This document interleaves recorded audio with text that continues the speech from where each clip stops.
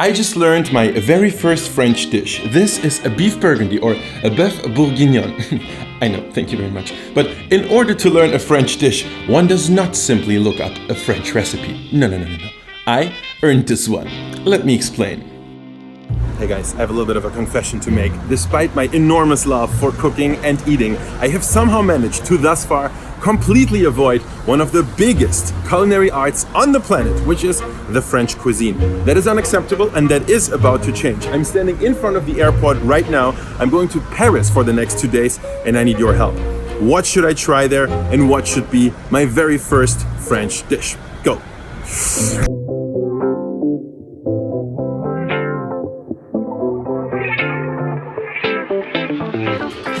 Good morning from Paris. This is actually day 2 for me. I already spent all day yesterday at a wedding outside of Paris. That was my excuse for coming to France. And the real reason, well, that's the food and that's today. I got a lot of recommendations from you guys. I've only read a few so far, so I'm super pumped for that. I suggest we kick off this little French food adventure with a classic croissant and then we'll see where you guys are sending me next. Let's do this.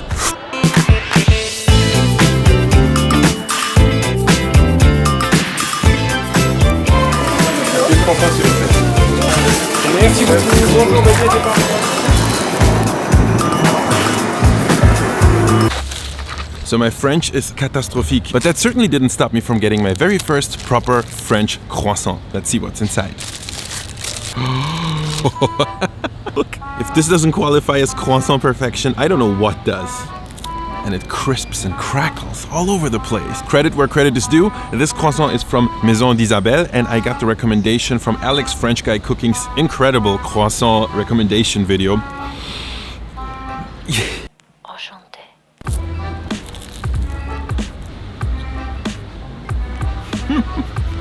No. This can't be real. I have no words. Except one, butter. Et boom, c'est le choc. French croissants, not overrated. There is a shattering crisp from the outer layers of this croissant, and the inside is just filled with this buttery fragrance. It's so rich that the butter almost tastes like cheese in here. I'm switching careers. I'm becoming a Parisian bum, so I can eat this every day. Okay. I just had to relocate because of the crazy amount of killer pigeons that I summoned over there with my croissant feast in the open air. What was I thinking? But now let's go and check some of your guys' recommendations for this little Paris adventure. Let's see what we got. Number 1, croissants. Check. Baguette, ratatouille, Boeuf Bourguignon, ratatouille, blanquette de veau, falafel, blanquette de veau, macaroons, bouillon, piquet, I don't know, Boeuf Bourguignon, penis, crème brûlée, frog legs, baguette. Check out Alex French Guy Cooking. Falafel.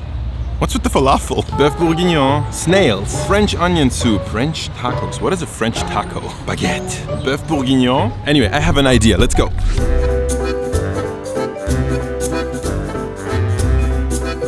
Let me thank you guys for all the awesome food recommendations. That was definitely very helpful. I'm now out of the touristy city center in a very casual part of town, and I'm here to follow another one of your recommendations. It's gonna be the French baguette, but not any old baguette. I think we can do even better than that. Follow me. Can I get a jambon beurre to take away? We don't have any food. We just have boiled egg and toasted bread. We have a little bit of a situation, you guys. So right behind me is a cafe called La Fontaine de Belleville, which is supposed to have one of the best ham baguette sandwiches in all of Paris. And I can't have any because they're sold out. Can you believe that? A cafe in Paris, no more baguettes? Anyway, I pulled out my phone, I started checking for other places, and turns out they're all closed on a Sunday. It is somehow proving to be much trickier than I thought to find a baguette in Paris. I never thought I would say that, but I did. I'm not leaving the city without having tried a baguette, so plan B it is. Let's do this. A cafe in Paris sold out of baguettes. That is completely unacceptable. Well, I don't think I'm allowed to ride here. As much as I'm angry right now, Paris is kind of beautiful. to increase the drama, there's a storm pulling up right now. Okay, but there's also good news because right over here across the street there is Boulangerie Artisanale Utopie. Legendary bakery, people lining up on the street. Must be good. They better have baguette for me.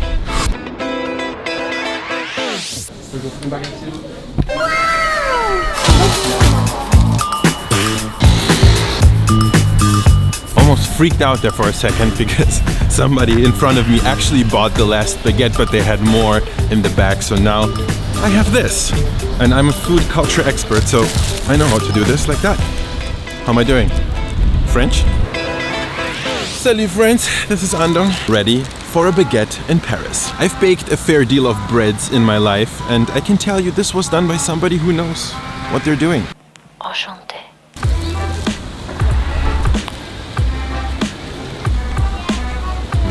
This is a good loaf. It is less crispy than I like my baguettes, but since everything else about this baguette is amazing, I'll give it a pass for sure. Check out the crumb. The inside is really nice and chewy, which is how I like it. The aroma is nice and complex, which definitely indicates that Utopie is taking its time with these baguettes. That's very important. Fast bread doesn't taste good. This tastes good.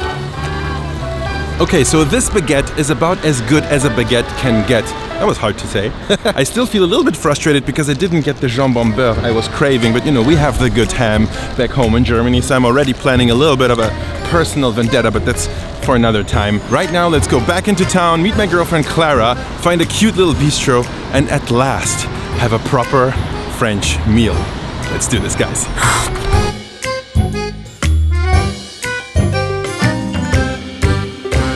Hello.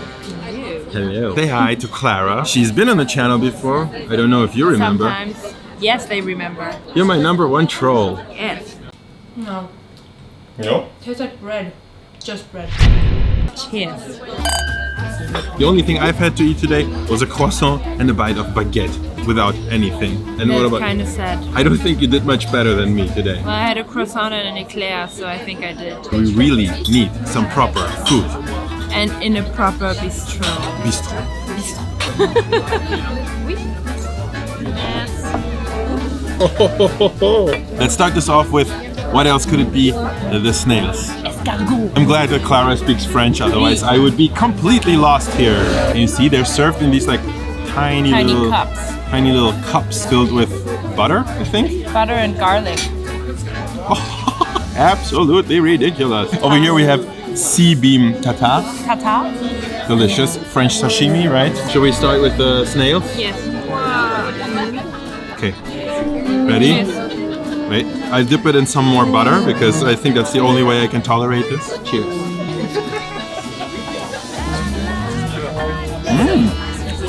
It's good. Yeah, I love it. Of course, the first thing you taste is the garlic butter, and it's delicious. Now we were left with like a butter shot. Are you doing this? No. I'm not taking a butter shot, but I might put this on my bread. The snail itself has this really earthy taste, I think.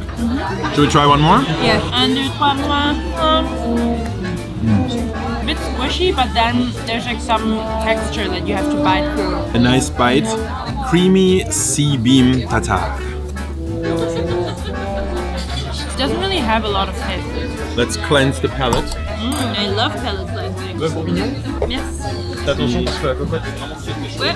Je vais pas toucher la caméra en fait, c'est pour ça. Voilà. Out of all the main courses you guys suggested, there were two favorites. There was the onion soup and there was beef bourguignon. And I decided to go for the latter. Look at this. It falls apart, I can see. There are enormous chunks of beef. I already know one ingredient. There's definitely wine in this. Yeah. Do you want to get one? No, you do first. I taste first and you just watch me taste it? Really? It's like food porn. Enchanté. It's very good. Try. It's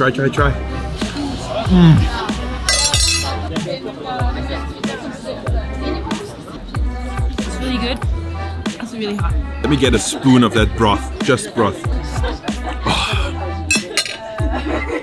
So rich. Check out this enormous chunk of beef. Of course, it's not just meat. There are also carrots, mushrooms, potatoes. It is decided, a Boeuf Bourguignon will become my very first French dish. You approve? I do approve. Yes.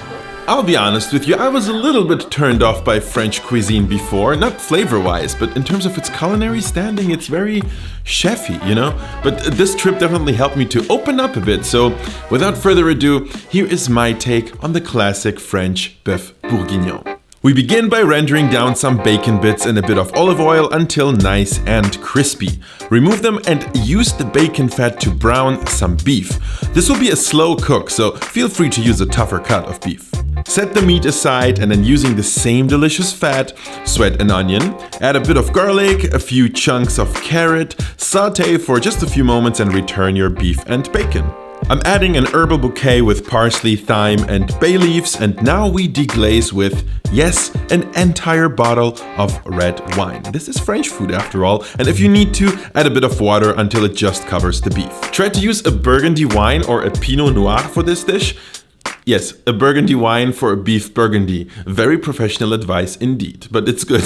We season our stew to be with salt and pepper and we're gonna let it simmer low and slow for at least 3 to 4 hours. In the meantime, we add olive oil and butter to a pan where we can saute a few button mushrooms and halved small onions with a bit of thyme, salt and pepper. Set them aside once they have caramelized a bit, and I like to quickly deglaze the pan with some water and add all that delicious buttery residue to the big stew. Another element will be our young potatoes. If you're lazy, you can cook them straight in the stew, but trust me on this one, if you steam them for 20 to 25 minutes, you will know what a truly perfect potato tastes like. Yes, this is an actual French technique. Here is our stew. 3 hours later, the smell is already incredible. One thing I forgot to do earlier, but I added it later on, it's no big deal, is flour. Just dissolve a few spoonfuls with a little bit of water so they don't clump up, then add them straight to the stew, and this is actually a pretty key part. The starches in the flour will gelatinize and help us to get this nice, rich and thick sauce later on. Get the beef and carrots out and strain your stew. The meat will be fall apart tender at this point, but you want it to still have a little bit of integrity. Reduce that sauce on medium-low for another 10 minutes or so. And now, here's a signature trick from yours truly. Towards the very end, we add a sprig of thyme, just a bit of fresh garlic, a little knob of butter, and I know French people will hate me for this, but I insist on a sprinkle of MSG. You know the drill, use it in moderation to make good food better. And you will be a very happy person, I promise. Don't be afraid of the G. Return your beef and carrots, your potatoes, mushrooms and onions, a quick stir, and we are indeed ready to serve my very first Boeuf Bourguignon, sprinkled with fresh parsley, of course. And now we're coming to the big question. Can my Beef Bourguignon live up to the Parisian original? Let's of course begin with a piece of meat. Yes. First of all, they did a pretty good job at recreating the dish I had in Paris. The sauce really hits home. Yes. Let's try steamed potato. These were one of my favorite things about the stew in Paris. Yes. Steamed potatoes for the win. Oh, perfection. Some more beef and sauce. The sauce just has this incredible fruity, tangy depth from the wine. It's so rich. Perhaps French food is not so bad after all.